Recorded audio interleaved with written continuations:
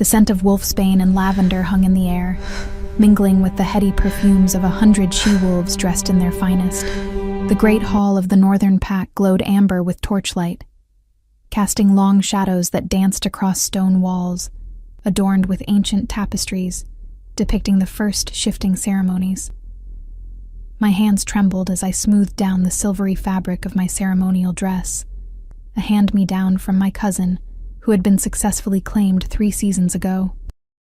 The material felt rough against my skin, a constant reminder that I didn't belong here. "Stand straighter, Eleanor," my aunt hissed, her fingers digging into my shoulder as she positioned me among the line of unclaimed females. "For the goddess's sake, try to look desirable for once." I bit my lip and forced my spine to straighten, though it did little to make me feel worthy of attention. At 23, I was the oldest unclaimed female in the northern pack, a shameful position that my aunt never let me forget. 3 previous mating ceremonies had come and gone, and each time I had stood against the wall, watching as stronger, more beautiful she-wolves were selected by powerful males. The whispers followed me everywhere, half-blood, too human, barely shifts. They weren't wrong. My mother had been human, my father a wolf from a neighboring pack who had broken pack law to mate with her. Neither had survived the fury of the northern alpha when their transgression was discovered. Only my father's sister's reluctant protection had kept me alive, though her resentment for the burden I represented had grown with each passing year. My fingers instinctively reached for the small amber pendant hanging at my throat, my mother's only legacy. Inside the translucent stone, a perfect wolfsbane flower was preserved, eternally blooming. "Remember," she had whispered the night she died, pressing the necklace into my small hands. "Sometimes what makes you different is what makes you strong. The flower that poisons the wolf also heals the human." I had never understood what she meant, but the pendant remained my talisman, the only thing that felt truly mine in a world where I was perpetually unwanted. A hush fell over the gathered crowd as the massive double doors at the far end of the hall swung open. The Alpha Council entered first. 7 men of varying ages, but identical in their radiating power. Behind them came the eligible males, warriors and hunters dressed in ceremonial leathers, their eyes already scanning the females lined up against the wall. My pulse quickened, but not with anticipation, with dread. "This is your last chance," my aunt whispered, voice sharp with warning. "If you aren't claimed tonight, you'll be relegated to servant status permanently. Is that what you want? To spend your life cleaning the Alpha's floors and warming his guests' beds when ordered?" I swallowed hard, feeling heat rise to my cheeks. The mating ceremony was supposed to be sacred, a celebration of our kind's most cherished tradition, where compatible wolves found each other through instinct and scent. But for me, it had always felt more like an auction block, my value diminishing with each passing year. The servants at least had their clearly defined roles. They weren't expected to be something they could never become. The head of the Alpha Council, a gray-bearded man named Thaddeus, raised his hands for silence. "Tonight, under the harvest moon, we continue the ancient tradition that strengthens our bloodlines and honors our ancestors. May the goddess guide each male to his rightful mate, and may our pack prosper from these unions." My eyes drifted to the servants who lined the walls, nearly invisible in their gray uniforms. They stood with downcast eyes, existing in that liminal space of being present yet unseen. Among them I noticed a man I hadn't seen before. Unlike the others, whose postures spoke of years of subservience, he stood tall, his shoulders broad beneath the simple servant's tunic. His dark hair was pulled back from a face that seemed carved from stone, all sharp angles and hidden shadows. When he shifted slightly, I caught a glimpse of his eyes, amber, like the wolves, but with a depth that seemed to hold centuries of secrets. He must have felt my stare because his gaze suddenly locked with mine. Instead of looking away as servants were required to do, he held my gaze with an intensity that made my breath catch. A servant who looked at a potential mate this way would be severely punished, yet he seemed unconcerned with protocol. Before I could dwell on this strange servant, the ceremony began. One by one, eligible males stepped forward, following instinct and scent to choose their mates. Some females were claimed immediately, led away by proud males to complete the mating bond privately. Others waited anxiously, hoping to be chosen by someone powerful enough to elevate their status. As the crowd thinned, my anxiety grew. But this time, unlike previous ceremonies, something had changed.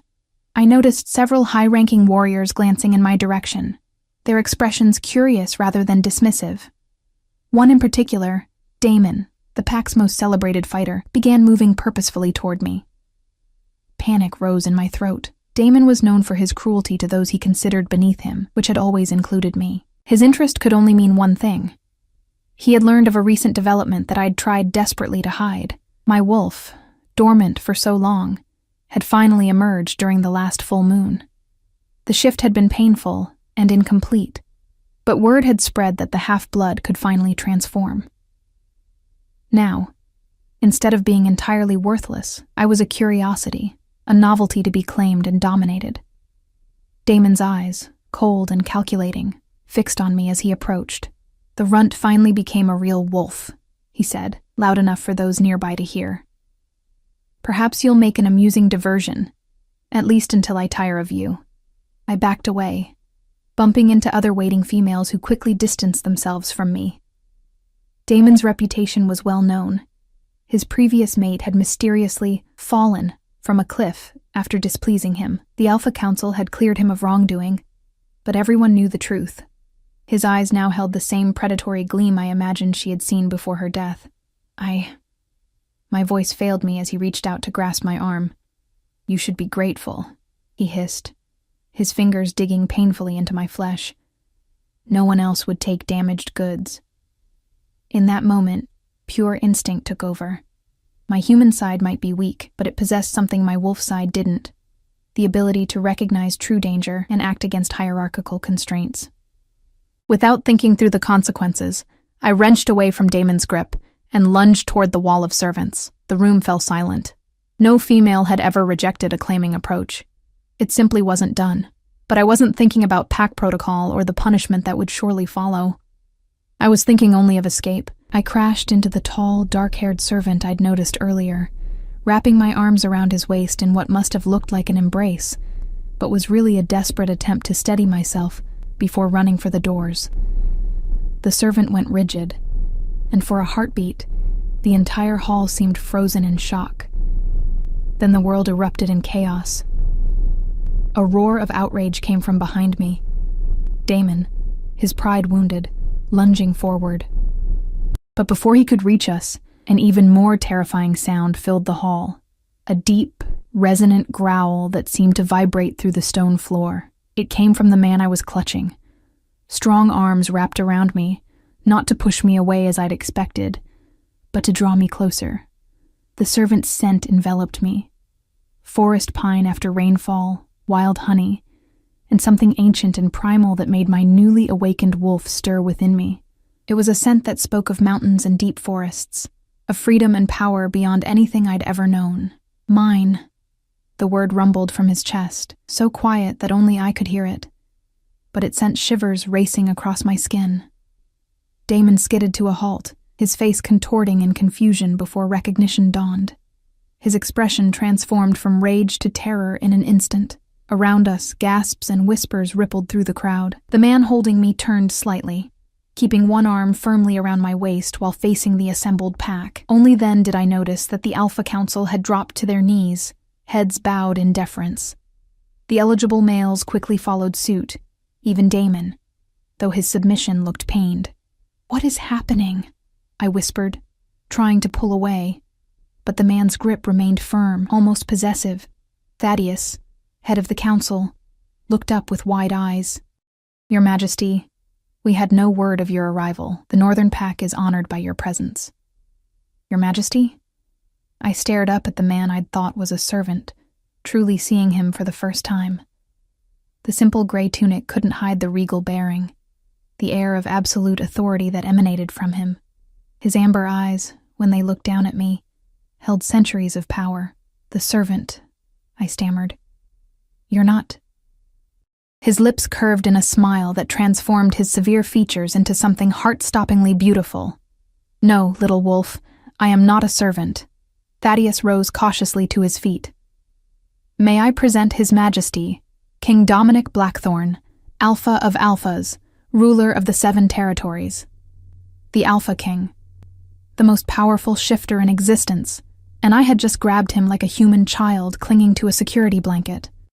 This female has claimed sanctuary with me," the king announced, his voice carrying to every corner of the hall. "By ancient law, her choice supersedes all other claims." Damon's face flushed with humiliation and rage. "She is nothing.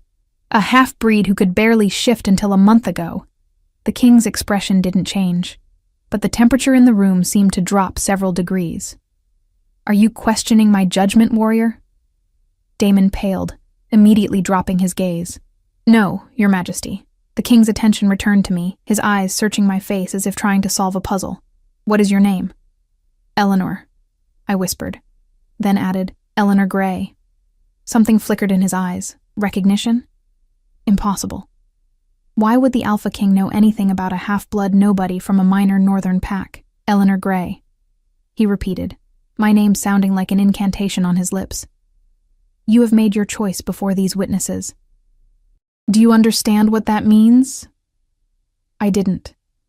I had acted on desperate instinct, not knowledge of some ancient law, but looking into his eyes, I suddenly knew with absolute certainty that whatever fate awaited me with this dangerous, powerful man was preferable to the one Damon had planned for me. "Yes," I lied, chin lifting slightly. "I understand." The king's smile widened, revealing a flash of sharp canines. "Then the mating ceremony is concluded." He turned to Thaddeus. "Prepare quarters for me and my chosen. We will remain until the moon sets." As he led me from the hall, my aunt's face was a mask of shock, and the whispers that followed us were no longer mocking, but filled with awe and envy. The pendant at my throat seemed to warm against my skin, my mother's words echoing in my memory. "Sometimes what makes you different is what makes you strong." I had no idea what I had done or what would happen next.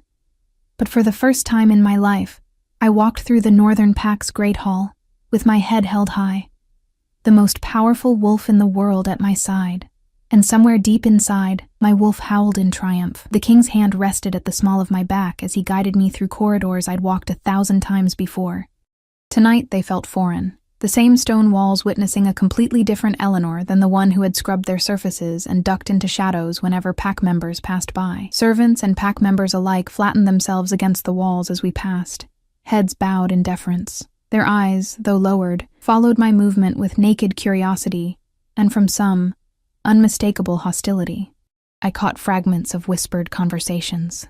Half-blood, Alpha King, impossible, that mirrored the chaos in my own mind. King Dominic Blackthorn seemed oblivious to the stir he was causing, or perhaps he was simply accustomed to it. His focus remained entirely on me, his touch guiding rather than controlling, though the barely restrained power in his movements reminded me of a predator practicing extraordinary patience. "Your heart is racing, little wolf," he murmured, his voice pitched so only I could hear. "Are you afraid of me?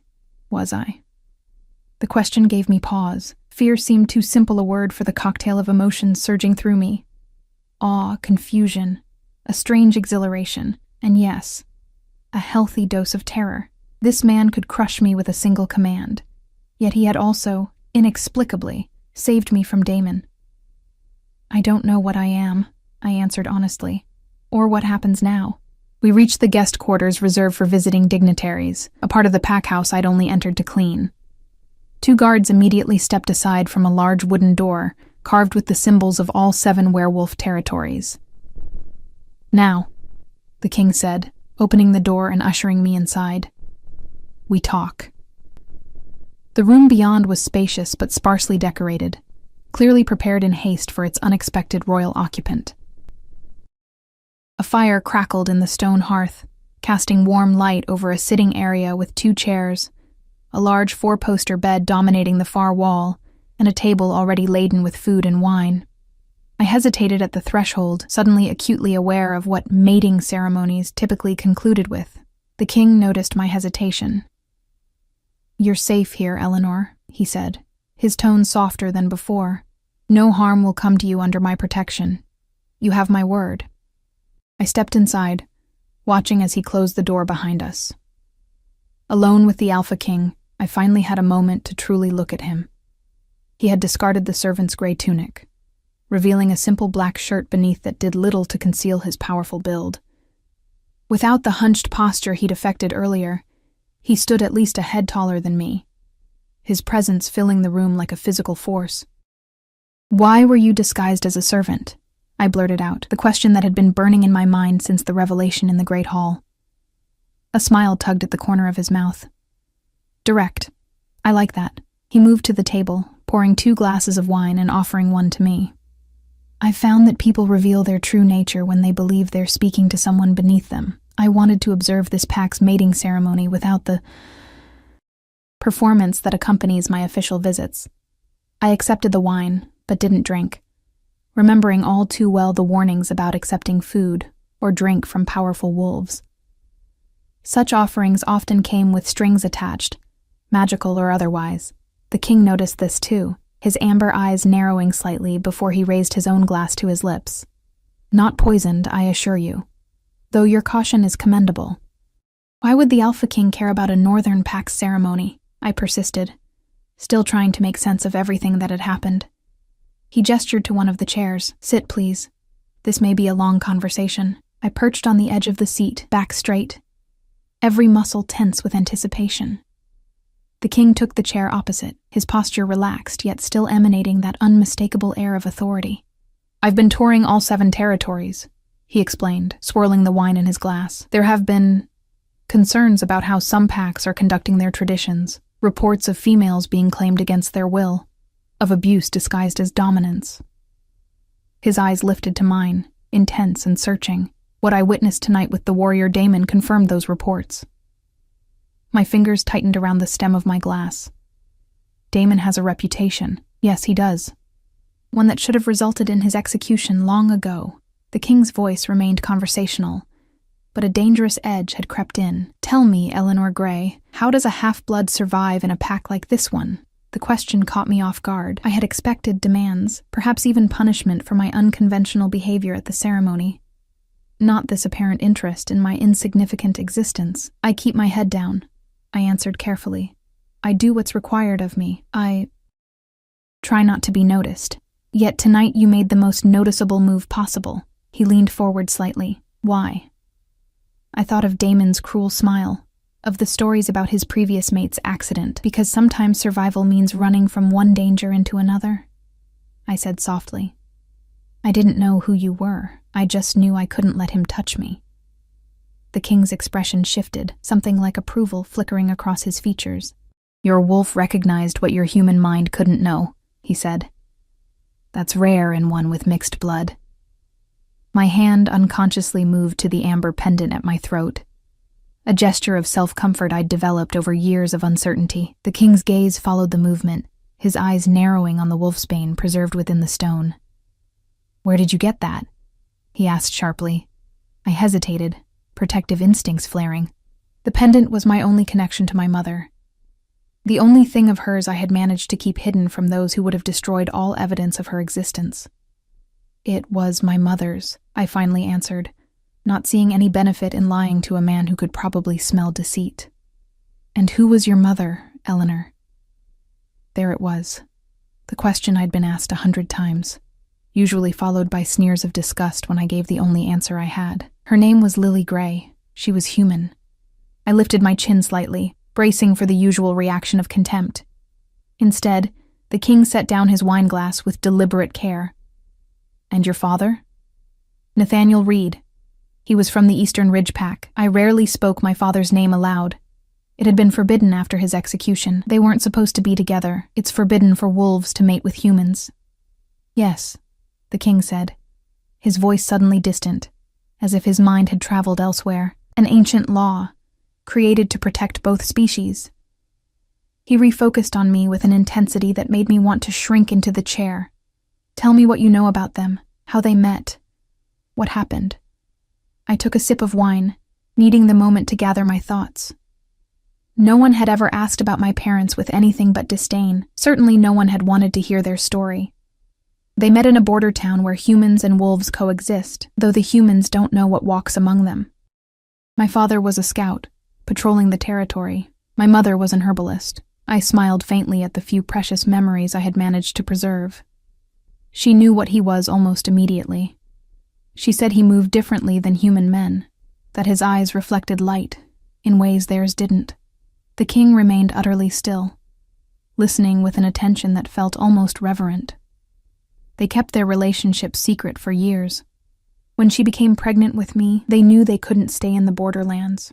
My father brought her here, to his sister, hoping for sanctuary until they could travel to the unclaimed territories in the far north. My voice faltered as I reached the part of the story that still haunted my dreams. But the Alpha discovered them. My father was executed for breaking pack law. My mother, they said she died in childbirth. But my aunt told me once, when she was deep in her cups, that they had denied her the medicines that might have saved her. Something dangerous flashed in the king's eyes, there and gone so quickly I might have imagined it. And you were raised by your father's sister? I nodded. Reluctantly. She made it clear that taking me in was her penance for her brother's sins. She hoped I would never shift, that the human blood would be dominant. But it wasn't. No. Though it took much longer than usual. Most wolves shift by 16. I didn't manage even a partial transformation until last month. Even now, it's incomplete. The king sat back in his chair, studying me with an expression I couldn't interpret. Show me, he said finally. What? Your wolf. Show me. Panic fluttered in my chest. I can't. Not on command. And it's not. She's not. I struggled to explain the shameful reality of my transformation. How unlike the swift, graceful shifts of full-blooded werewolves, my change was painful, awkward, and partial at best. Eleanor, the king said, his voice surprisingly gentle.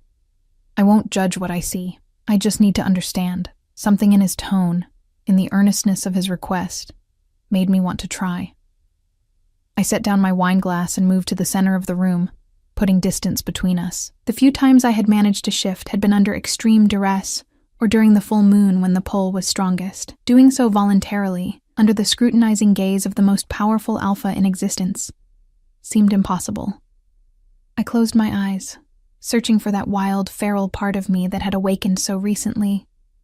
For most of my life, I had felt only its absence, a hollow space where my wolf should have been. Now I could sense her, a presence curled deep within, half-formed but undeniably real. She's afraid, I whispered, eyes still closed. She doesn't know if she can trust you. Look at me, the king commanded softly. I opened my eyes to find him kneeling before me, his position deliberately non-threatening despite the power that radiated from him.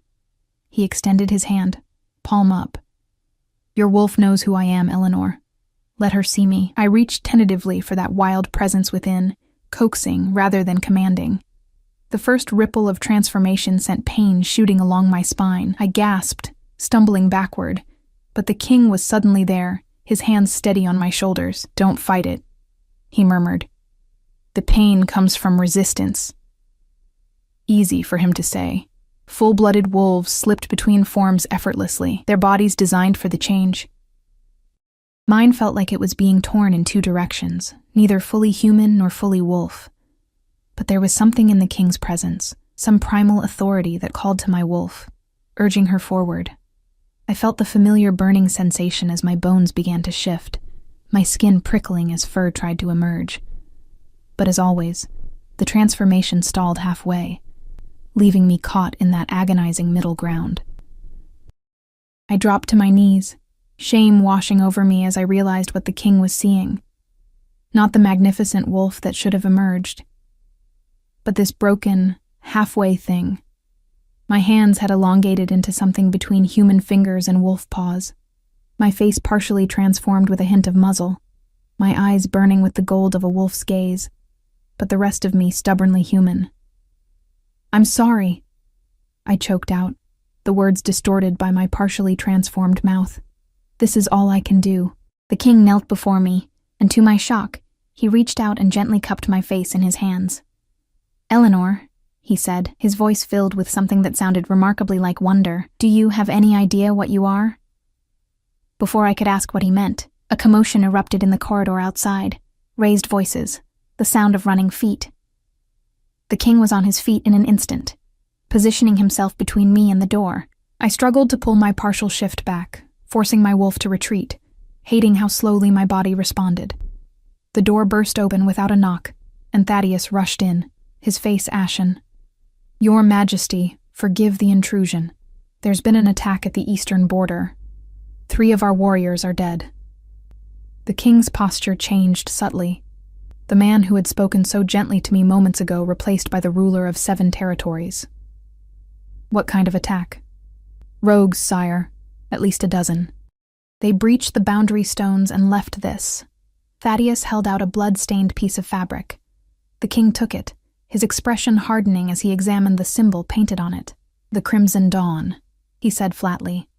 They grow bolder. I had managed to shift back fully to human form, though my limbs still trembled with the aftermath.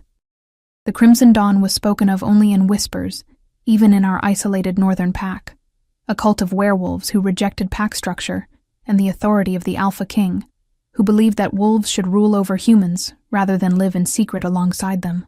The king turned to me, his expression unreadable. Rest here. I must attend to this. To Thaddeus, he added, Post guards. No one enters without my express permission.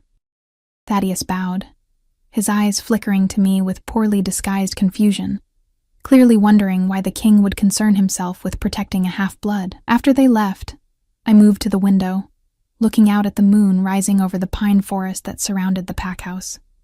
My fingers found the amber pendant again, seeking comfort in its familiar contours. Tonight had upended everything I thought I knew about my place in the world. The king's question echoed in my mind. Do you have any idea what you are? I didn't. I had always been defined by what I was not. Not fully wolf, not fully human, not worthy of a place in either world. For the first time, I wondered if there might be something more to my existence than simply being caught between 2 worlds. Outside, I could hear the pack mobilizing, the sound of running feet, shouted orders, the howls of wolves preparing for battle. A shiver ran down my spine as I realized that whatever fragile safety the king's protection had granted me might be as fleeting as the night itself. I paced the confines of the guest quarters, each minute of the king's absence stretching into hours.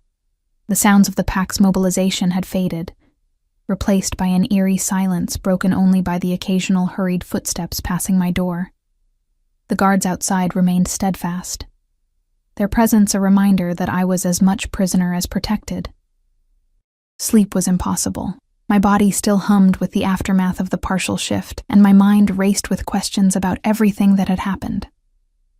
The king had looked at my broken, half-formed wolf, not with disgust, but with something that had seemed like recognition, as if he'd seen something in my deformity that I couldn't perceive myself. Do you have any idea what you are? The question haunted me as I moved restlessly around the room, examining and re-examining the few personal belongings the king had left behind.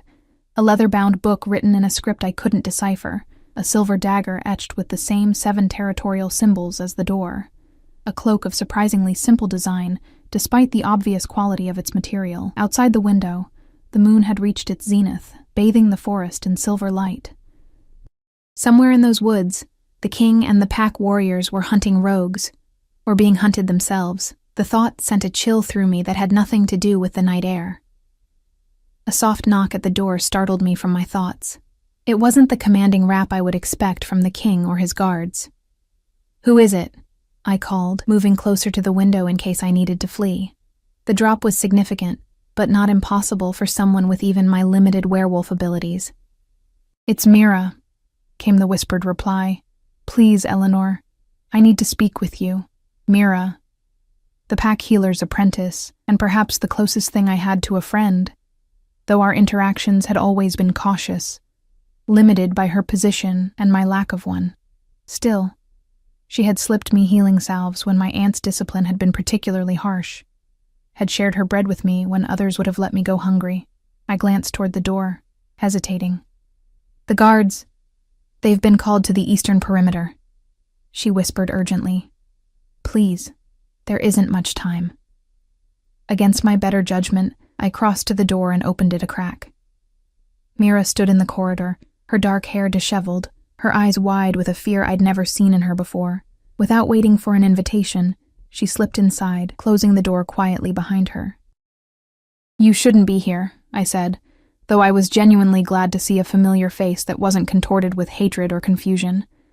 The king ordered. The king isn't here, she interrupted, her voice tight with tension. And you need to leave before he returns. I blinked at her in surprise.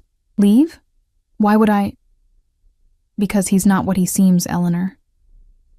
Her hands gripped my arms with surprising strength. The attack, the rogues, it's a diversion. I overheard Thaddeus speaking with the council. The king has been hunting for something, or someone, for months. That's why he's been touring the territories, observing mating ceremonies. What does that have to do with me? Mira's gaze dropped to the amber pendant at my throat. Everything. Did you tell him about your mother? About the pendant? A cold dread settled in my stomach. How do you know about my mother? Mira's expression softened with sympathy. Because my grandmother was the midwife who attended her birth and her death. She touched the pendant gently. This isn't just any wolfsbane preserved in amber, Eleanor. It's from the sacred grove, the birthplace of the first werewolves. Only the royal bloodline can handle such things without harm. My head swam with confusion. That's impossible. My mother was human. Was she? Mira challenged softly. Or was that just what you were told? What everyone was told? The room seemed to tilt beneath my feet. I moved to the bed, sitting heavily on its edge as the implications of Mira's words sank in. If what you're saying is true, then my mother was a descendant of the original royal line. Yes, Mira knelt before me, her expression urgent. The Crimson Dawn has been hunting the lost royal bloodline for generations, seeking to eliminate any potential threat to their eventual rule. The king has been hunting them too, but for different reasons. I shook my head, struggling to absorb these revelations. If my mother was from the royal line, why was she living as a human? Why didn't she have a pack, and why would the king care about finding her descendants now? Mira's eyes darted to the door, her anxiety palpable. The royal line was scattered centuries ago during the Great Purge, when the Crimson Dawn first rose to power. Some fled to human settlements, hiding their true nature even from their children. As for why the king searches now, she hesitated, lowering her voice even further. The king has no heir, Eleanor. No mate.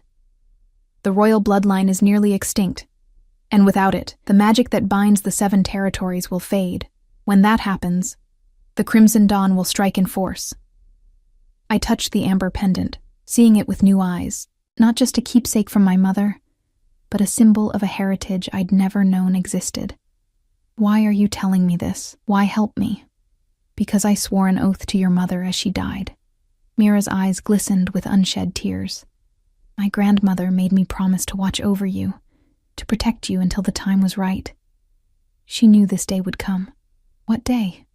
What are you talking about? The day you would have to choose between claiming your birthright and running from it. She stood abruptly, moving to the window. The king will use you, Eleanor. He needs your bloodline to strengthen his reign, to produce heirs that can maintain the territorial magic. You'll be nothing more than a vessel for the continuation of his power. The harsh assessment struck me like a physical blow, of course. Why else would the Alpha King show interest in a half-blood nobody? Not because he saw something special in me, but because he needed what ran in my veins. I began, but Mira cut me off with a raised hand, her head tilted as if listening. They're returning, she whispered.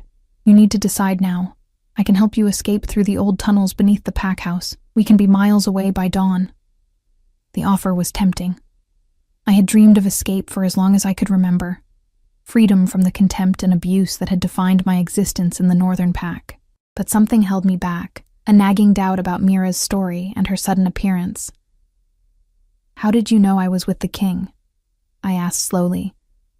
How did you know what had happened at the ceremony? A flicker of something, annoyance, impatience, crossed Mira's features before her expression smoothed into concern once more. The entire pack knows, Eleanor. It's all anyone can talk about. The half-blood who dared to claim sanctuary with the Alpha King. That made sense, but something still felt wrong. The king's words echoed in my memory. Your wolf recognized what your human mind couldn't know. I had acted on instinct when I'd grabbed him at the ceremony, driven by fear of Damon but guided by something deeper. That same instinct now whispered caution. I need a moment, I said, moving toward the small adjoining bathroom, to gather my things. Mira nodded, though tension radiated from her slender frame. Hurry, we don't have much time. In the bathroom, I closed the door and leaned against it, my thoughts in turmoil. If Mira was right, the king saw me only as a convenient solution to his dynastic problems. But if she was wrong, or lying, then leaving with her could be stepping from one danger into another far worse. My gaze fell on a small window high in the wall, barely large enough for a person to squeeze through. Outside, the moon cast long shadows across the grounds. Decision time. I reached for my pendant, seeking clarity in its familiar weight. As my fingers closed around the amber, a warmth spread through my palm, traveling up my arm and settling in my chest, near my heart.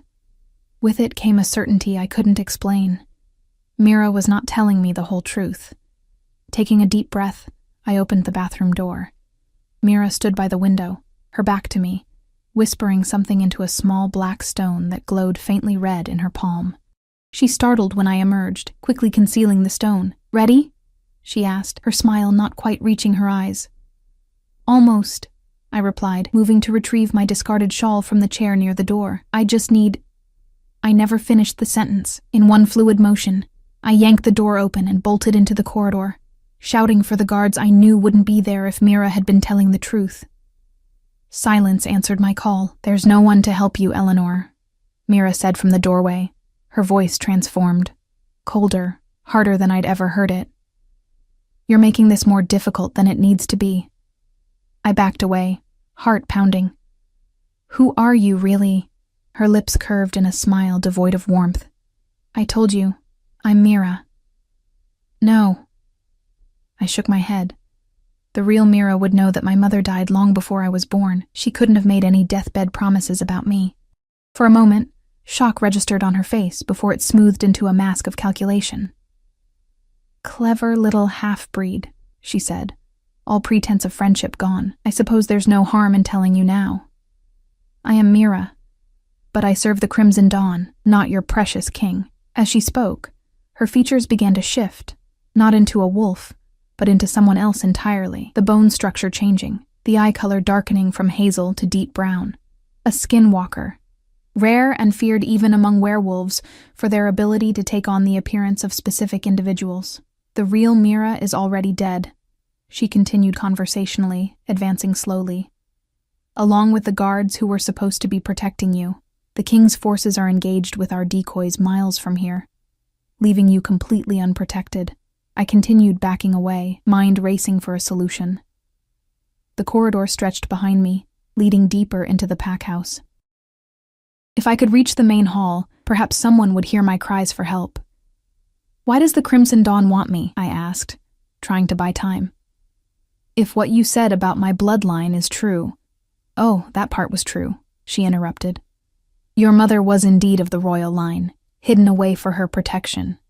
The Crimson Dawn has spent centuries hunting down every last descendant, ensuring none could challenge our eventual rule. Her smile widened. You're the last, Eleanor, the final loose end. That explained the contempt I'd faced my entire life. Not just because I was supposedly half-human, but because someone had known the truth about my heritage and had worked to ensure I remained ignorant and powerless. Had my aunt known? Had the entire pack been complicit in keeping me downtrodden and afraid? You won't kill me, I said with more confidence than I felt. If you wanted me dead, you would have done it already. Smart girl. We don't want you dead, at least not immediately. The skinwalker's eyes gleamed with cruel amusement. Your blood has other uses first. The ritual requires a living sacrifice. I broke into a run then, no longer caring about appearances or dignity. Pure survival instinct propelled me down the corridor, my bare feet silent on the stone floors. Behind me, I heard the skinwalker laugh, the sound of a predator confident in the inevitable capture of its prey. I rounded a corner and collided hard with a solid wall of muscle. Strong hands steadied me, and I found myself looking up into the amber eyes of the king. Relief flooded through me, quickly followed by wariness as I remembered Mira's, or rather, the skinwalker's, warnings about his intentions. Eleanor? The king's gaze moved past me, narrowing dangerously. What's happening? Before I could answer, the skinwalker appeared around the corner. Her expression flickered from predatory confidence to shock to calculation in the space of a heartbeat. "Your Majesty," she exclaimed, dropping into a deferential curtsy. "Thank the goddess I found you. The half-blood was trying to escape. I caught her sneaking from your quarters." The king's hands remained on my shoulders, neither restraining nor releasing. His eyes moved between me and the skinwalker, his expression unreadable. "Is that so?" he asked, his voice deceptively mild. I lifted my chin, meeting his gaze directly. "She's lying. She's a skinwalker, working for the Crimson Dawn. She killed your guards and the real Mira. The attack at the border was a diversion to get to me." The skinwalker laughed, the sound brittle. "Absurd! Your Majesty, the girl is clearly disturbed. She's been spinning wild tales, claiming royal heritage of all things." She reached for my arm. "Let me take her to the healer. She needs—" The king moved so quickly I barely saw it.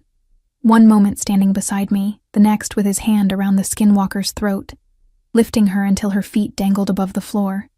His eyes burned with an inner fire, his features sharpening into something not quite human, not quite wolf.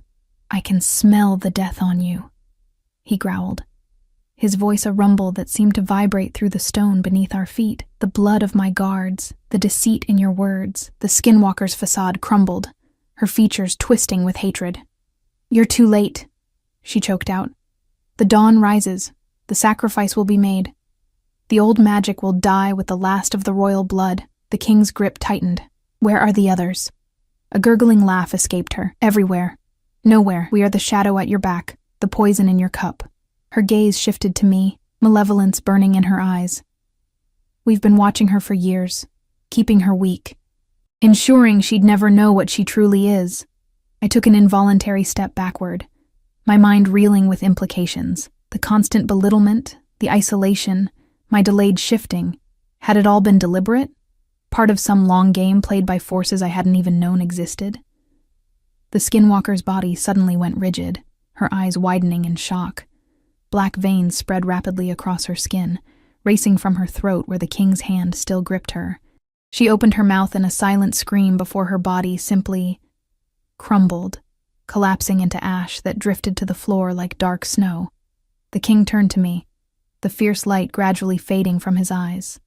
"Are you hurt?" he asked, his voice gentle despite the display of lethal power I'd just witnessed. I shook my head, unable to find words. He had killed her with a touch, had transformed her living body into dust without apparent effort. "What kind of power was that?" As if reading my thoughts, he said. "An ability unique to my bloodline. Death touch, some call it. It's why I wore gloves at the ceremony." His eyes searched my face. "You didn't run with her." It wasn't a question, but I answered anyway. "No." Something felt wrong about her story. I hesitated before adding, though parts of it made a terrible kind of sense. The king stepped closer, moving slowly as if afraid of startling me. "What did she tell you?" I swallowed hard, gathering my courage. "That my mother was of the royal bloodline. That you've been searching for descendants to secure your reign." I forced myself to meet his eyes. "Is it true?" For a long moment he said nothing, his expression giving away nothing of his thoughts. Finally he sighed, a surprisingly human sound from this being of terrible power. "Some of it," he admitted, "but not in the way you think." He glanced down the empty corridor. "We can't talk here. More will come when she doesn't report back." He extended his hand, palm up. "An offer, not a command. Will you trust me, Eleanor?" Just a little longer. I looked at his outstretched hand, then back to his face. Despite everything, the skinwalker's warnings, the violence I'd just witnessed, the secrets still clearly being kept from me, something in me wanted to trust him. The same instinct that had driven me to grab him at the ceremony now urged me to take his hand.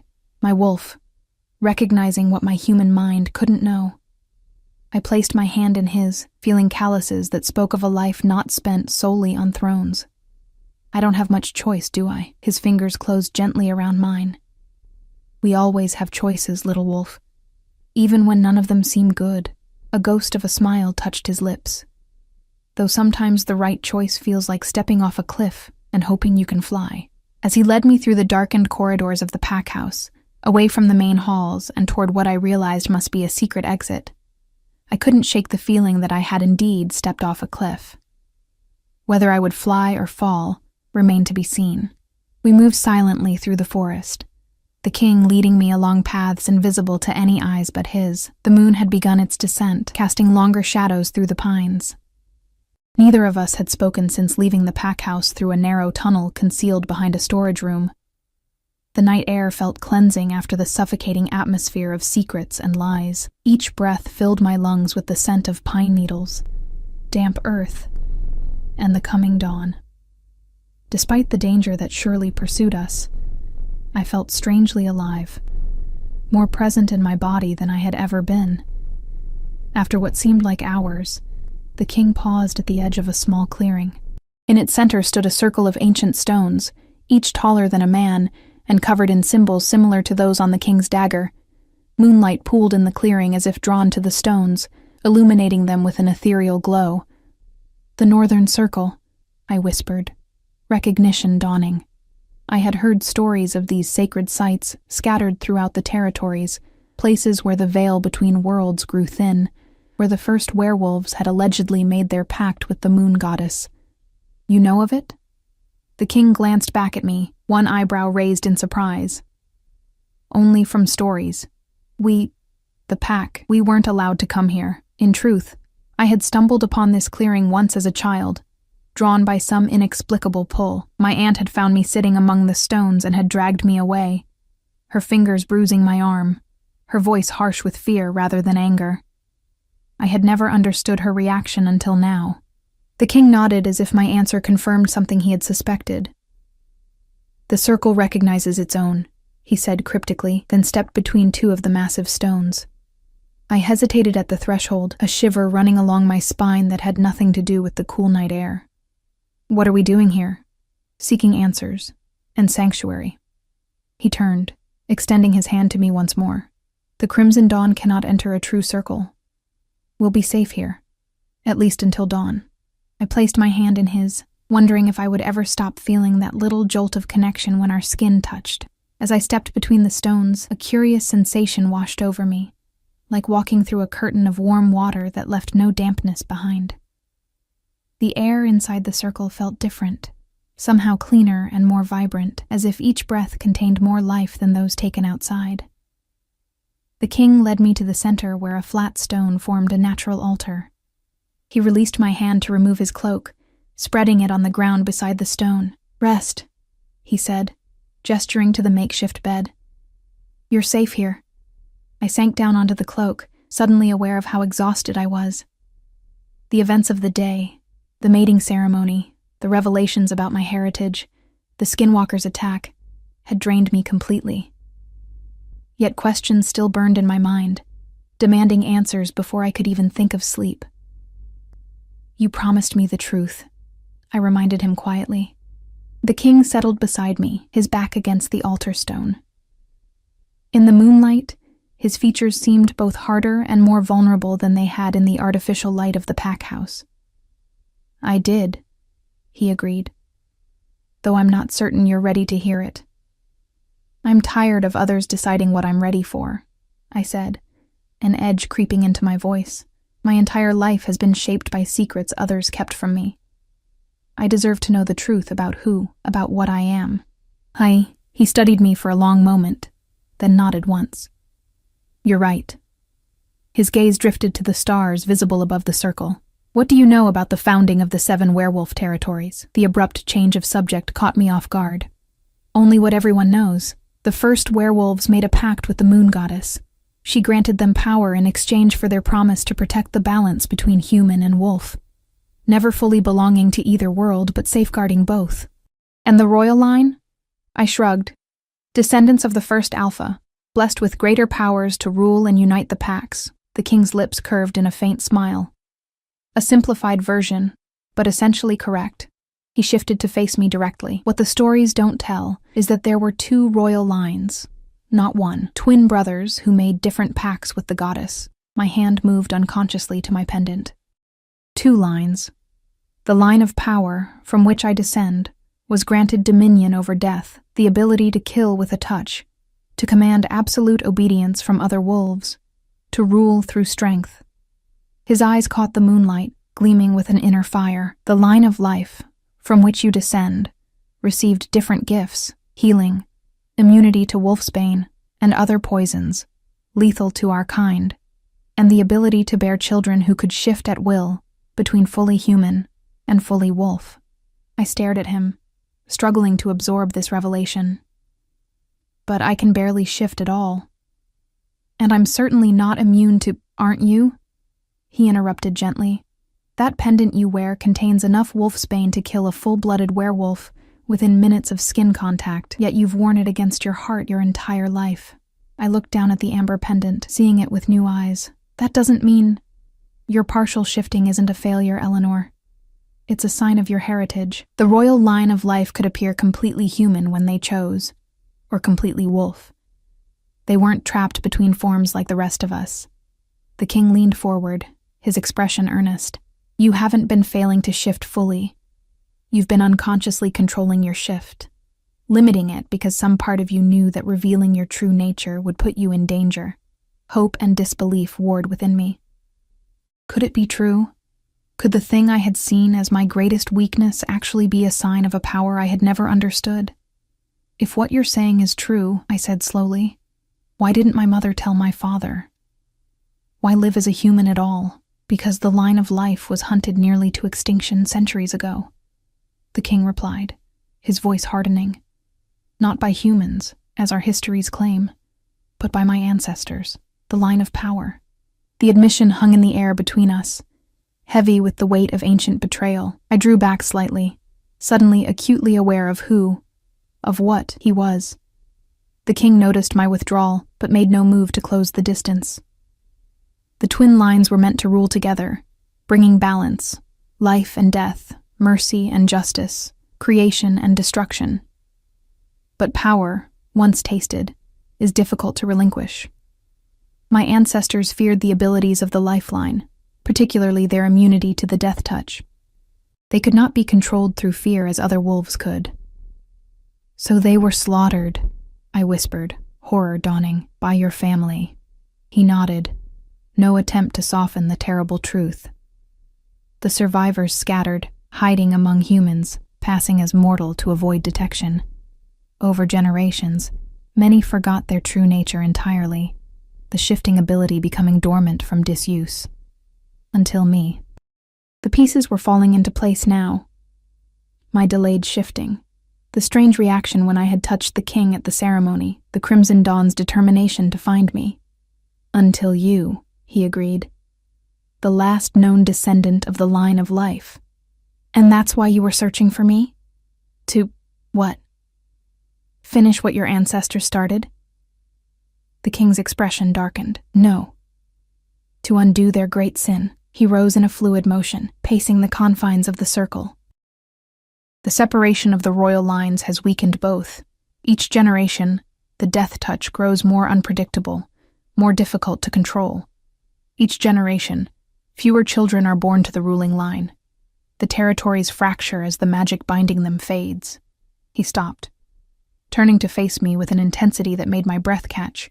The Crimson Dawn knows this. They've been waiting, watching the royal power diminish, planning for the moment when the territories would be vulnerable to their twisted vision of wolf supremacy. And what is your vision? I challenged, rising to my feet to meet his gaze more evenly. Why search for the last of a line your ancestors tried to destroy? Because only by reuniting the twin bloodlines can the full power of both be restored, he said simply. Balance returned. The pact with the goddess honored once more. Understanding dawned with a clarity that left me dizzy. The mating ceremony. You weren't just observing, you were hunting. My voice hardened. Looking for breeding stock. The king flinched as if I'd struck him. Is that what you think of me? What am I supposed to think? You disguised yourself, infiltrated a mating ceremony, and just happened to find the last descendant of the bloodline you need to secure your power. I wrapped my arms around myself, suddenly cold despite the warmth within the circle. How convenient for you. He closed the distance between us in 2 strides, his hands gripping my shoulders with a gentleness that belied the intensity in his eyes. Do you really believe our meeting was merely political calculation? Do you not feel what happens when we touch? I did feel it. The connection. The rightness that hummed between us like a perfectly tuned string. But fear and years of hard-learned suspicion made me pull away. Why should I trust anything I feel? The skinwalker said you've been hunting for months, visiting ceremonies throughout the territories. How many other females have you approached? How many have you tested before finding one with the right bloodline? The king's hands fell to his sides, his expression shuddering. None, he said flatly. You are the first female I've approached in any capacity in over 200 years. That stopped me cold. 200? How old are you? 527 years. No emotion colored his voice now. I have ruled the 7 territories for 300 of those years, and in all that time, I have never sought a mate. Why not? The question slipped out before I could stop it. Something like vulnerability flickered across his features, because I knew what I needed, what the territories needed, no longer existed. The line of life was gone, or so I believed until rumors reached me of a half-blood in the northern pack who wore wolfsbane without harm. His gaze dropped to my pendant. I came to observe only, to confirm whether the rumors might be true. I had no intention of approaching you or any other female. Then why did you help me when Damon... Because I couldn't bear to see him touch you.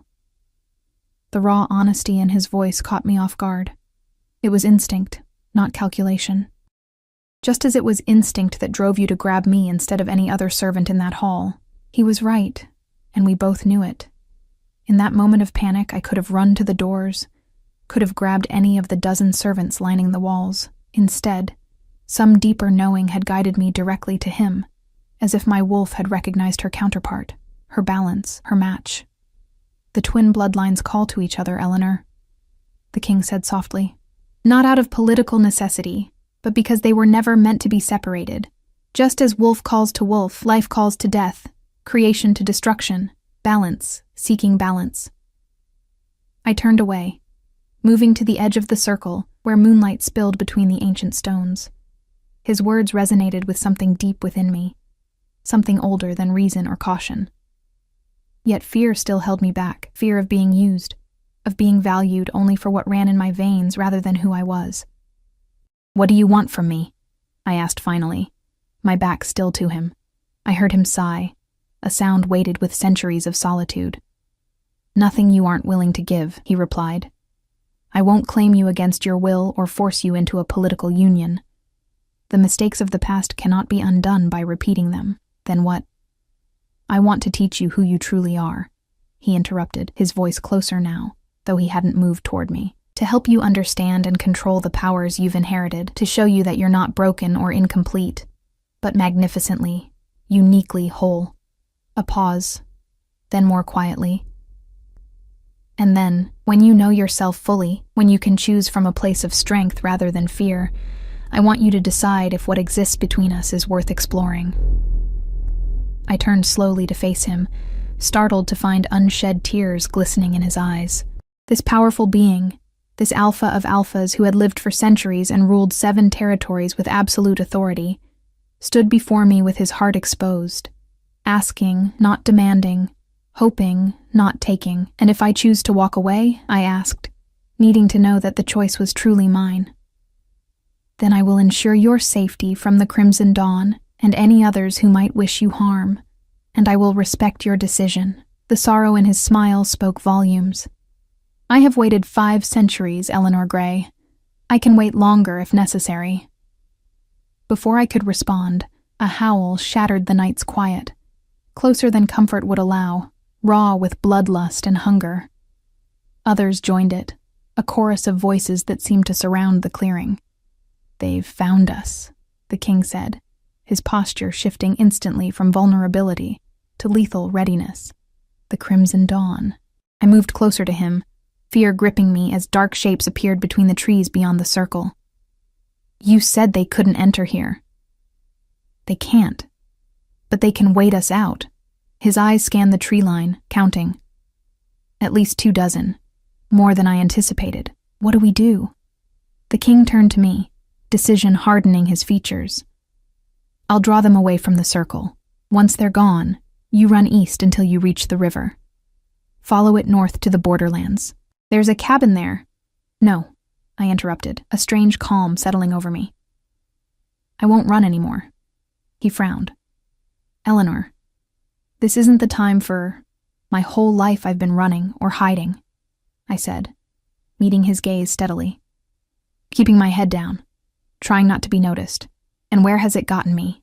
Nowhere. The Crimson Dawn still found me.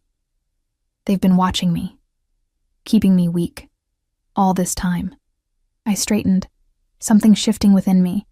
Not my wolf rising, but something older, deeper. If what you say is true, if I truly am the last of the line of life, then it's time I stopped hiding from that truth. The king studied my face, searching for any sign of doubt. "They'll kill you if they can," he warned. "Or worse. Then we'll just have to make sure they can't." I reached for the amber pendant, the symbol that had connected me to a heritage I hadn't known was mine. As my fingers closed around it, warmth spread through my palm, up my arm, settling in my chest near my heart. The same sensation I'd felt when trying to determine if the skinwalker was telling the truth. The king watched, understanding dawning in his eyes. "You can feel it, can't you? The power that's always been within you, waiting." I nodded, unable to put into words the certainty that suddenly filled me. "Show me how to use it." A slow smile spread across his face. Not the diplomatic smile of a king, but the fierce grin of a wolf who has found its pack. "The power of life cannot be taught by death," he said. "It can only be awakened by necessity and accepted by choice." He took my hand, pressing my palm against his chest where his heart beat strong and steady. "But I can show you how to stop fighting what you are." Outside the circle, the howls grew closer, more frenzied. Through the trees, red eyes gleamed, watching, waiting. The Crimson Dawn, come to extinguish the last ember of the bloodline that threatened their rise to power. "Close your eyes," the king murmured. "Find your wolf." I did as he asked, searching for that wild presence within. But this time, instead of coaxing or commanding, I simply acknowledged her, accepted her as part of me, neither dominant nor submissive, but equal, complementary, balance. The transformation began without pain for the first time, a ripple of warmth rather than the burning agony I'd grown to expect. It flowed through me like water, natural and effortless, my body reshaping itself not into the partial, broken form I'd known before, but something new, something complete. When I opened my eyes, the world had changed, sharper, clearer, filled with scents and sounds my human form could never have perceived. I looked down to see not the misshapen half-shift of before, but sleek white fur covering powerful limbs. A wolf. A true wolf. The king, Dominic, stared at me with wonder and what could only be described as reverence. "The white wolf," he whispered. "The sign of the goddess's favor, not seen in the royal line for centuries." I moved experimentally, marveling at the strength and grace of this form that had eluded me for so long. It felt right. Natural. Not a transformation, but a homecoming. Dominic shed his human form with fluid ease, his body flowing from man to massive black wolf in the space of a heartbeat. Where I was light, he was shadow. Where I was slender quickness, he was immense power. Perfect counterpoints, perfect balance. The howls outside the circle rose to a fevered pitch as our transformations completed. The Crimson Dawn could sense the power awakening within the stone boundary. the reunion of bloodlines they had worked for centuries to keep apart. Dominic padded to my side, pressing his massive form against mine in a gesture of solidarity and protection. I felt rather than heard his thoughts. We faced them together, or not at all. I answered with a brush of my muzzle against his. Together. As one, we moved to the edge of the circle, facing the red-eyed watchers in the darkness. Dawn approached, the sky lightening imperceptibly in the east. Soon the moon would set, and with it, some of the protection offered by the sacred stones. The largest of the rogues stepped forward, his form more monster than wolf, twisted and oversized, the result of dark rituals and forbidden magic. His thoughts brushed against mine, oily and invasive. Give up, last daughter. Your line ends tonight, one way or another. I felt Dominic tense beside me, rage building at the threat. His death touch would not work from within the circle. The sacred space contained all magic, both dark and light. Once we stepped beyond the stones, we would be immediately set upon by overwhelming numbers. Yet something told me we didn't need to leave the circle to fight this battle. The stones themselves had recognized me, Dominic had said. The circle knows its own. I let my awareness expand, reaching not outward, but downward into the earth beneath my paws. Ancient power thrummed there, dormant but not dead, waiting for the call of the bloodline that had helped create it. The line of life, connected to the land itself, to growing things, to the slow, patient magic of creation, rather than destruction. Beside me, I felt Dominic doing the same, reaching for the power of his lineage, the swift, decisive force of endings and boundaries. Life and death, creation and destruction, twin forces meant to work in harmony, now united after centuries of separation. As our awareness touched, something extraordinary happened.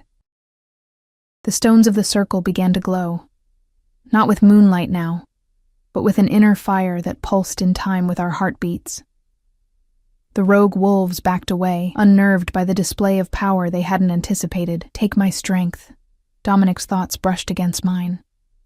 I will take yours. Balance restored. I opened myself to him completely, feeling his centuries of power and knowledge flow into me as my innate connection to life and creation flowed into him. The glow from the stones intensified, spiraling upward in ribbons of light, silver from me, obsidian from him, twining together as they rose toward the fading stars. The leader of the Crimson Dawn snarled, desperation replacing confidence. Attack! Now! Before they complete the binding. The rogues charged as one, throwing themselves against the invisible barrier of the circle. In previous times, they might have eventually worn down its protection through sheer numbers and determination. But not tonight. Not with the twin bloodlines united within, channeling power not seen since the first pact with the moon goddess. Together, Dominic and I raised our voices in a single howl. Not a challenge or a war cry, but a summoning.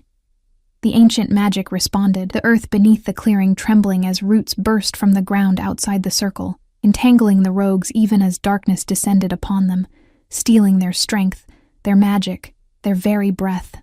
Life creating the opportunity. Death delivering the consequence. Balance. One by one, the rogues fell, some fleeing into the forest, others collapsing where they stood, their corrupted magic no match for the united power of the royal bloodlines. Their leader was the last to fall, his red eyes fixed on me with hatred even as the darkness claimed him. This isn't over, half-blood. Others will rise. Others will hunt you. I met his gaze steadily. Let them come. We'll be waiting. As the last of the rogues disappeared into the forest or collapsed into the earth, the spiral of light surrounding Dominic and me contracted, drawing closer until it enveloped us completely. In that moment of perfect union, I saw through his eyes centuries of solitude, of searching, of hoping against hope that somewhere the other half of what had been sundered still existed. And he saw through mine years of rejection and isolation, of believing myself broken and incomplete, of clinging to a pendant and a half-remembered promise. Sometimes what makes you different is what makes you strong. When the light faded, we stood in human form once more, hands clasped between us. The clearing was empty of enemies, the forest quiet in the first light of dawn. The stones of the circle had returned to their dormant state, ancient sentinels waiting for the next time they would be called upon. "What just happened?" I asked, my voice hoarse. Dominic's eyes, still glowing faintly with power, met mine. "The binding," he said softly. "The reunion of the bloodlines. What was meant to happen centuries ago, before ambition and fear drove our ancestors apart." I looked down at our joined hands, noticing for the first time a faint silvery mark encircling my wrist like a bracelet of light. An identical mark, but in deepest black, adorned Dominic's wrist. Are we mated?" He smiled, lifting my hand to press a kiss against the mark. "Not yet. The binding is a beginning, not an ending. It signifies potential, possibility, the restoration of balance between our lines. What happens next is still our choice." Relief and something like disappointment mingled within me. "Then what now?" "Now," he said, his expression growing serious. "We return to the territories. There will be challenges to face, remaining Crimson Dawn cells to root out, allies to gather, a fragmented leadership to unite." His fingers tightened around mine. "And you have much to learn about your heritage, your abilities, your rightful place in our world." "And us?" I asked, the question both terrifying and exhilarating. Dominic's free hand rose to cup my cheek, his touch gentle despite the deadly power it contained. "That," he said softly, "is entirely up to you, Eleanor Gray, last daughter of the line of life." I meant what I said. I will wait as long as necessary for you to choose freely, from strength rather than fear. I leaned into his touch, the rightness of it undeniable. "And if I've already chosen?" His breath caught, hope and caution warring in his expression. "Then I would ask you to be certain. To know that I want you not for your bloodline or the magic you carry, but for the courage I saw when you defied Damon, for the cleverness that let you see through the skinwalker's lies, for the compassion that still burns in you despite years of cruelty." "And I would tell you," I replied, finding strength in vulnerability, "that I choose you not because you're the Alpha King or because our bloodlines call to each other, but because you saw me, truly saw me, when no one else ever had. Because you offered truth when others gave lies. Because you asked when you could have commanded." Slowly, giving me every opportunity to pull away, Dominic lowered his lips to mine. The kiss was gentle at first, a question more than a demand, but as my arms wound around his neck, drawing him closer, it deepened into something more, a promise, a beginning, a homecoming. When we finally broke apart, the sun had cleared the horizon, bathing the ancient stones in golden light. Outside the circle, the world waited with all its complications and challenges, but for the first time in my life, I didn't face it alone or afraid. "Come, little wolf," Dominic said, taking my hand once more. "It's time to show the 7 territories what happens when life and death work as one." As we stepped through the stones together, leaving the circle's protection for the wider world, I felt my wolf stir contentedly within me. No longer trapped between forms or caught between worlds, I was finally, completely whole, Eleanor Gray, daughter of Lily, last of the royal line of life, and now, first of a new beginning. The pendant at my throat glowed warm against my skin, my mother's words finding fulfillment at last. The flower that poisons the wolf also heals the human. What had made me different had indeed made me strong, strong enough to survive, to find my truth, to restore balance to a world that had been tilting toward darkness for centuries. And as we walked toward the rising sun, the Alpha King at my side and my heritage finally claimed, I knew that whatever challenges awaited us, we would face them as we were always meant to, together, in perfect balance. 6 months had passed since the night in the Northern Circle, though sometimes it felt like yesterday, and other times like a lifetime ago. Spring had given way to summer, and then to the first crisp days of autumn, the territories shifting from vibrant greens to a tapestry of gold and crimson. I stood on the balcony of the royal residence in the Central Territory, watching as the sun dipped toward the horizon, painting the sky in hues that matched the changing leaves. "There you are," came Dominic's voice from behind me, warm and familiar in a way that still surprised me sometimes. "The Eastern delegation has arrived. Their alpha is particularly eager to meet you." I turned, unable to suppress the smile that rose to my lips at the sight of him. 6 months of proximity had done nothing to diminish the effect he had on me. If anything, each day had only deepened the connection that had begun in that desperate moment at the mating ceremony. "Is he eager to meet me, or eager to confirm the rumors?" I asked, smoothing down the front of my ceremonial dress, not a hand-me-down this time, but a gown crafted specifically for me, silver fabric embroidered with white wolves running beneath a full moon. Dominic's lips quirked in the half-smile I had come to treasure. "Both, I imagine. News of the White Wolf's return has spread throughout the territories. Some embrace it as the fulfillment of ancient prophecy. Others see it as a threat to the established order. The established order being centuries of rule by the line of death alone, without the tempering influence of its counterpart. Not everyone was pleased to see that balance restored, particularly those who had benefited from the imbalance. I fingered the silver mark encircling my wrist, the visible sign of the binding we had undergone in the Northern Circle. Its twin, rendered in deepest black, adorned Dominic's wrist. Together they formed a physical manifestation of the renewed connection between our bloodlines, a connection that had already begun to heal fractures in the magic binding the territories. "Let them see," I said, lifting my chin with a confidence that would have been unimaginable to the Eleanor who had cowered against the wall at the Northern Pack's mating ceremony.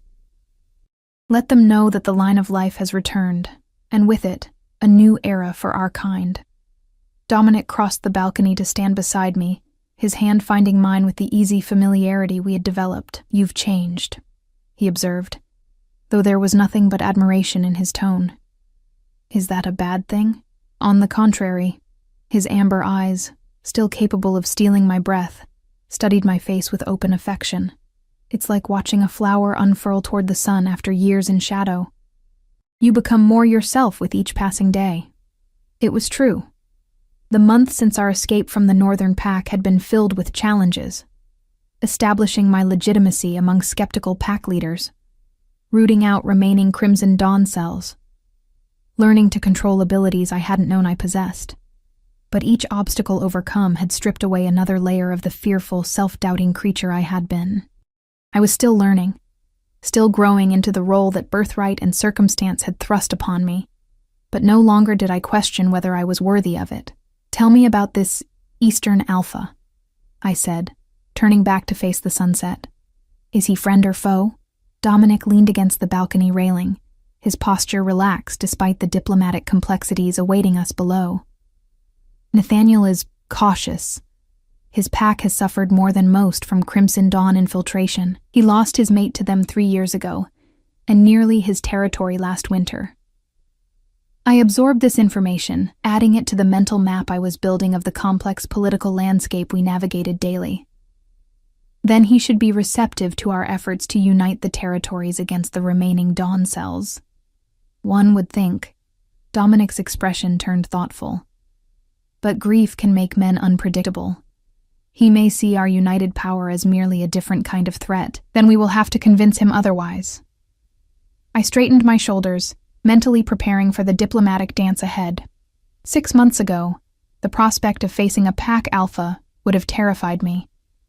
Now, it was simply another duty, another opportunity to build the future we envisioned. As we turned to leave the balcony, a flash of movement in the garden below caught my eye. A small figure darted between hedgerows, followed by the slightly larger form of a young guard. I smiled, recognizing Lily, the orphaned cub we had rescued from a Crimson Dawn stronghold 3 months earlier. "Your shadow has escaped her lessons again," I noted, nodding toward the garden where Lily was now climbing an ancient oak tree with impressive agility, her young guard looking up with a mixture of exasperation and amusement. Dominic followed my gaze, his expression softening. "She reminds me of someone else who refuses to be confined by expectations." I laughed, the sound still sometimes surprising me with its freedom. Perhaps, though I was never that bold at her age. "No," he agreed, his hand finding the small of my back as we moved toward the door. But you had the same fire in you. It just needed the right conditions to burn. The comparison warmed me. Lily had become something of a project for me. A young half-blood like myself, orphaned by violence, marked as different by a heritage she hadn't chosen. In her, I saw both my past and a possible future. One where children like us weren't hidden away or made to feel ashamed of their dual nature. I'll speak with her after the reception, I said, making a mental note to set aside time for the cub, despite the busy schedule ahead. She needs to understand that climbing trees is perfectly acceptable, but diplomatic functions are non-negotiable. The terrible burden of royal responsibility, Dominic said with mock solemnity.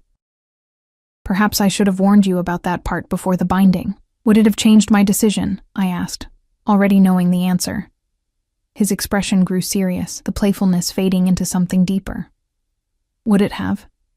I reached up to touch his face, still marveling that I was allowed, encouraged even, to do so, not for a moment. The truth was, I had chosen this life, chosen him, long before I fully understood what either entailed. That night in the Northern Circle had merely formalized what my wolf had recognized from the first moment. That together, we formed something greater than either of us could be alone. Of course, recognition and reality were different things. The weeks following our dramatic stand against the Crimson Dawn had been tumultuous. Dominic had kept his word, insisting that despite the binding, I needed time to learn who I truly was before making any irrevocable decisions about us.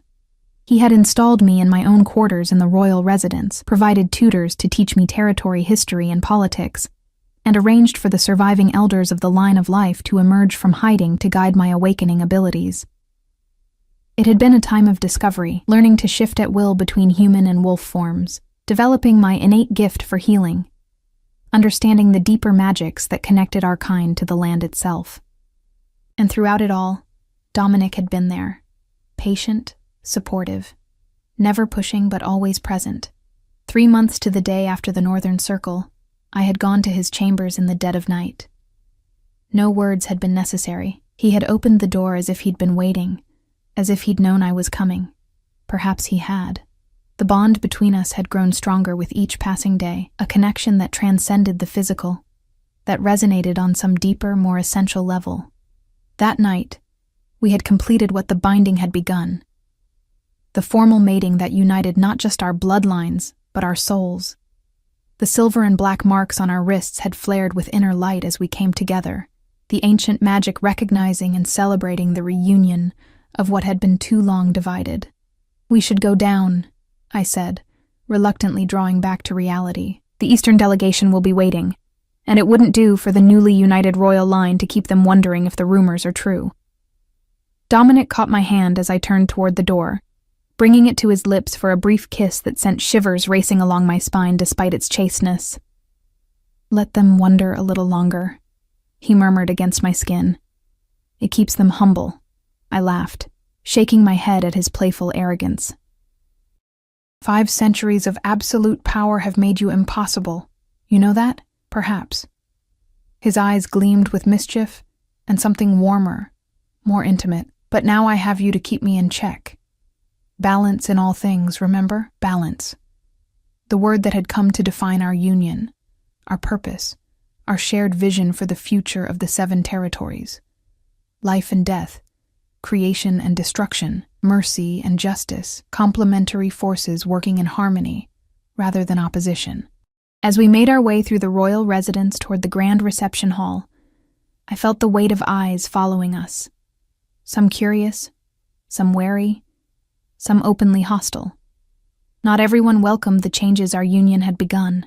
The Crimson Dawn had been driven underground but not eliminated entirely, and even among those who rejected their extremist views, change was often met with resistance. I had learned to walk with my head high despite the whispers, to wear the mantle of my heritage with pride rather than shame. The half-blood girl who had pressed herself against walls hoping to become invisible was gone, replaced by a woman who understood that visibility, that standing as a living embodiment of what was possible when bloodlines united, rather than divided, was perhaps her greatest power. The grand reception hall fell silent as we entered. hundreds of eyes turning to watch our progress toward the dais where the formal greetings would take place. I spotted the Eastern delegation immediately, a group of about 20 wolves standing slightly apart from the others, their formal attire marked with the emblem of their territory, a rising sun over mountain peaks. At their center stood a man who could only be Alpha Nathaniel, tall and broad-shouldered like most of his kind, but with a solemnity etched into his features that spoke of the losses Dominic had mentioned. His gaze swept over us, assessing, calculating, lingering on the marks at our wrists and the white blonde hair that marked me as different even among the royal line. As we reached the dais, the traditional greetings began. Formal acknowledgments of territory boundaries, ritual recognition of pack hierarchies, ceremonial offerings to symbolize peaceful intentions. I performed my part with a grace that had been hard-won through months of practice, though I still occasionally caught flashes of surprise from those who had expected the rumored half-blood to stumble through the complex protocols. When the formal rituals concluded, Alpha Nathaniel stepped forward for the more personal greeting that would establish the tone for the negotiations ahead. He bowed to Dominic with precisely the correct depth to acknowledge his status, while maintaining his own dignity as a territory leader. "The Eastern Pack welcomes the renewal of ancient alliances," he said, his voice carrying to every corner of the silent hall. "We have heard much of the changes taking place within the territories." "Change is the only constant in any world, Alpha Nathaniel," Dominic replied, the diplomatic response masking the steel beneath. "Though some changes merely restore what should never have been lost." Nathaniel's gaze shifted to me, his expression carefully neutral. "The return of the line of life has been unexpected." I met his eyes directly, neither challenging nor submitting. "Sometimes the most important truths hide in plain sight, waiting to be recognized." Something flickered in the Eastern Alpha's expression, a brief crack in the diplomatic mask. He studied me more intently, a frown forming between his brows. "You seem familiar to me, though I'm certain we've never met." A murmur rippled through the gathered witnesses. I maintained my composure, though internally I noted the observation with interest. "Perhaps you knew others of my line, before they were forced into hiding." Nathaniel shook his head slightly. "No, it's more specific than that." His gaze moved from my face to the pendant at my throat, my mother's legacy, the wolfsbane preserved in amber that I still wore despite having access to the finest jewels in 7 territories. His eyes widened, recognition dawning like a physical blow. "That pendant," he said, his voice dropping to a near whisper. "I gave one identical to it to a human woman, an herbalist in the borderlands many years ago. Her name was Lily Gray," I finished, my heart suddenly pounding. "My mother." The hall erupted in whispers, the formal decorum of the reception dissolving as pack members turned to one another in confusion and speculation. I barely noticed, my attention fixed entirely on the Eastern Alpha whose face had drained of color. "Impossible," he breathed. "The child died with her." "I was told." "You were told what the Northern Alpha wanted you to believe," Dominic interjected, his hand finding mine in silent support. "Just as Eleanor was told her father died in execution." Nathaniel Reed, the name my aunt had given me when I had asked about my father, the Eastern Ridge Pack, she had said, executed for breaking pack law. "You're my father," I said softly, the realization simultaneously earth-shattering and oddly fitting, as if some part of me had always known, had always recognized the absence shaped exactly like the man standing before me. Nathaniel's composure cracked entirely, his diplomatic mask falling away to reveal raw emotion. "My daughter died," he repeated, though the conviction in his voice had wavered. "I searched for years, until the Northern Alpha showed me a grave. A tiny grave." "A deception," Dominic said, his voice hard with controlled anger.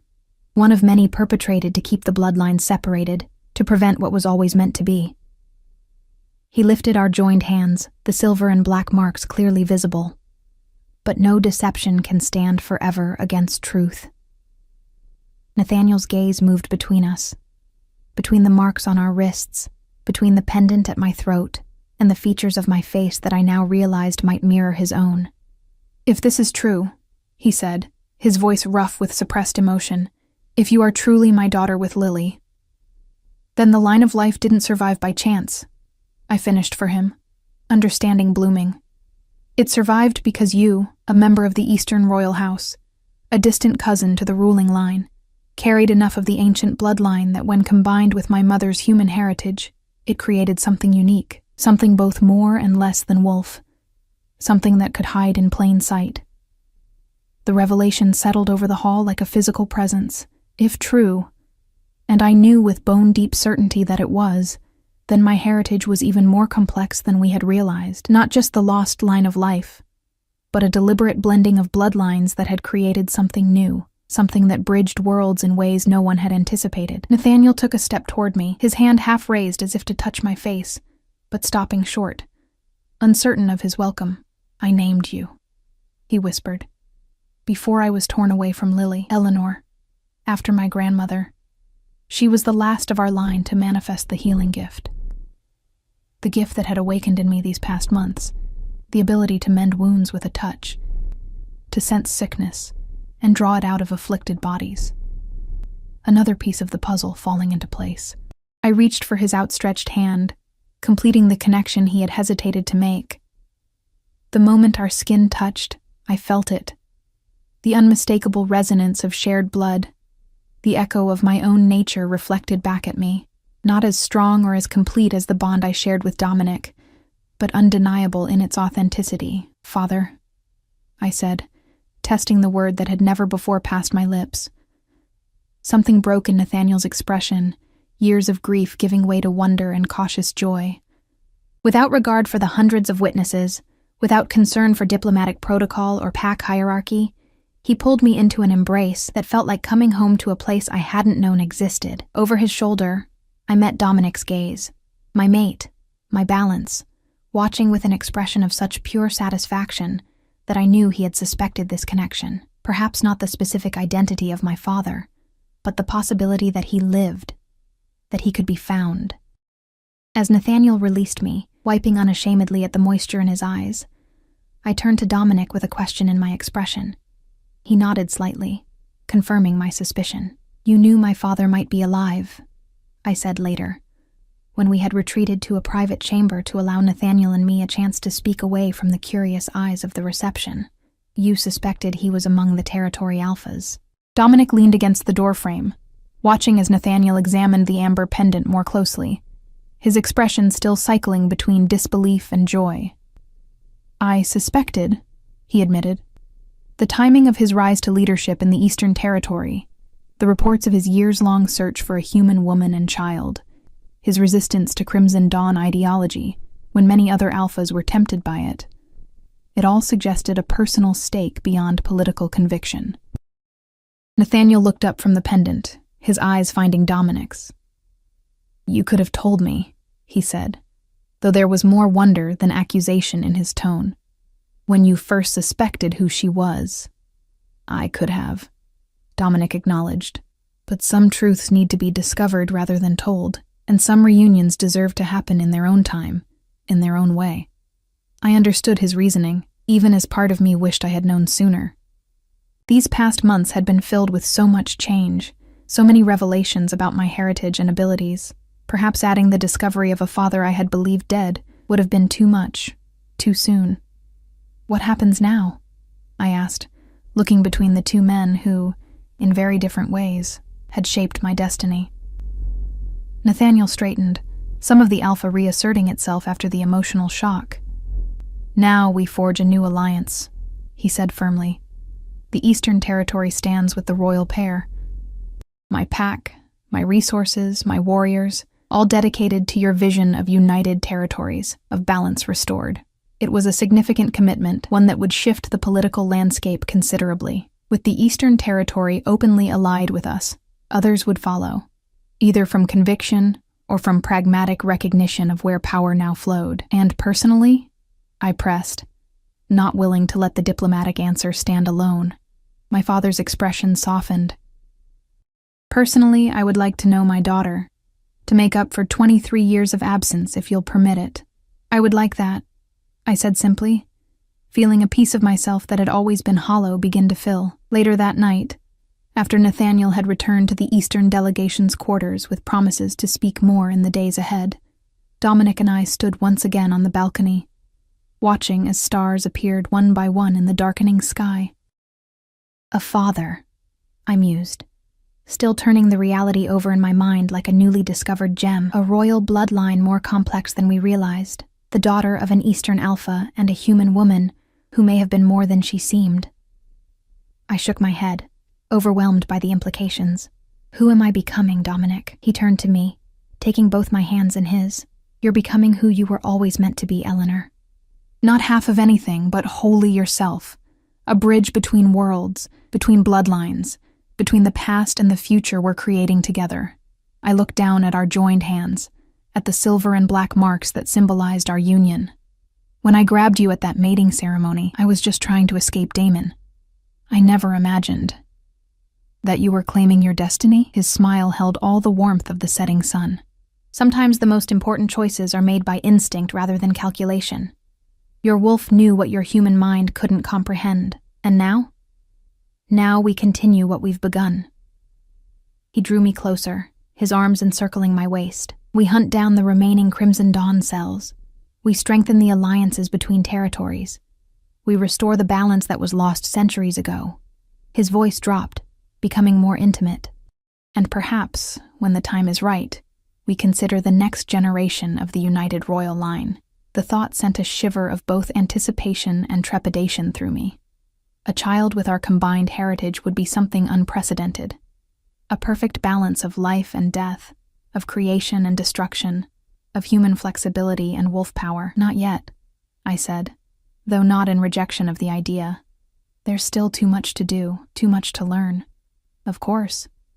Dominic pressed a kiss to my forehead. We have time, Eleanor. For the first time in centuries, the future stretches before us with possibility rather than inevitable decline. As if in response to his words, a howl rose from the forest beyond the royal grounds, a lone wolf calling to the rising moon. Another joined it, then another, the voices blending in harmony rather than competition. From the garden below came an answering howl, higher and less practiced. Lily, the orphaned cub, joining the chorus from her human form. I closed my eyes, feeling the pull of my own wolf, the desire to add my voice to the others. No longer did I fear the change. No longer did I dread the partial, painful transformation that had marked me as broken and incomplete. Now I understood that I had never been broken, merely different, uniquely balanced between worlds in ways that others couldn't comprehend. Go on, Dominic murmured, releasing me with a knowing smile. I'll join you shortly. Without hesitation, I stepped back and let my wolf emerge. The transformation smooth and painless now, flowing like water finding its natural course. In moments, a white wolf stood where Eleanor Gray had been, powerful and whole, neither human nor beast, but a perfect synthesis of both. I leapt from the balcony, a feat impossible in human form, but effortless in this one, landing gracefully in the garden below. Lily's delighted gasp reached my sensitive ears as she recognized me, her small hands reaching out to touch my fur with wonder. Soon, Dominic joined us, his massive black wolf form materializing beside mine in a fluid transformation that still took my breath away. Together, we led Lily to the forest edge, where other wolves waited, royal guards, visiting pack members, servants who had shed their human responsibilities with their human forms. Under the light of the rising moon, we ran as a pack, as wolves had done since the first shifting. But unlike the packs of old, divided by territory and bloodline and rigid hierarchy, ours moved in harmony, diverse yet united, each individual valued for their unique contributions to the whole. As we raced through the moonlit forest, my white fur a beacon beside Dominic's midnight black, I felt a sense of completion I had never known in all my years of hiding and shame. This was what I had been born for. Not to be half of anything, but to be the bridge between worlds, the living embodiment of balance restored. The amber pendant still hung at my throat, even in wolf form, a reminder of where I had come from and how far I had traveled. My mother's words, spoken as she pressed it into my small hand so many years ago, had proven prophetic. Sometimes what makes you different is what makes you strong. The flower that poisons the wolf also heals the human. The half-blood who belonged nowhere now belonged everywhere. The servant girl who had hugged a king in desperation had become a queen in her own right. Not through accident or calculation, but through the simple courage to embrace her true nature. As the pack howled in unison, our voices rising to touch the stars, I added my own distinct call. Not in mourning for what was lost, but in celebration of what had been found. Balance, purpose,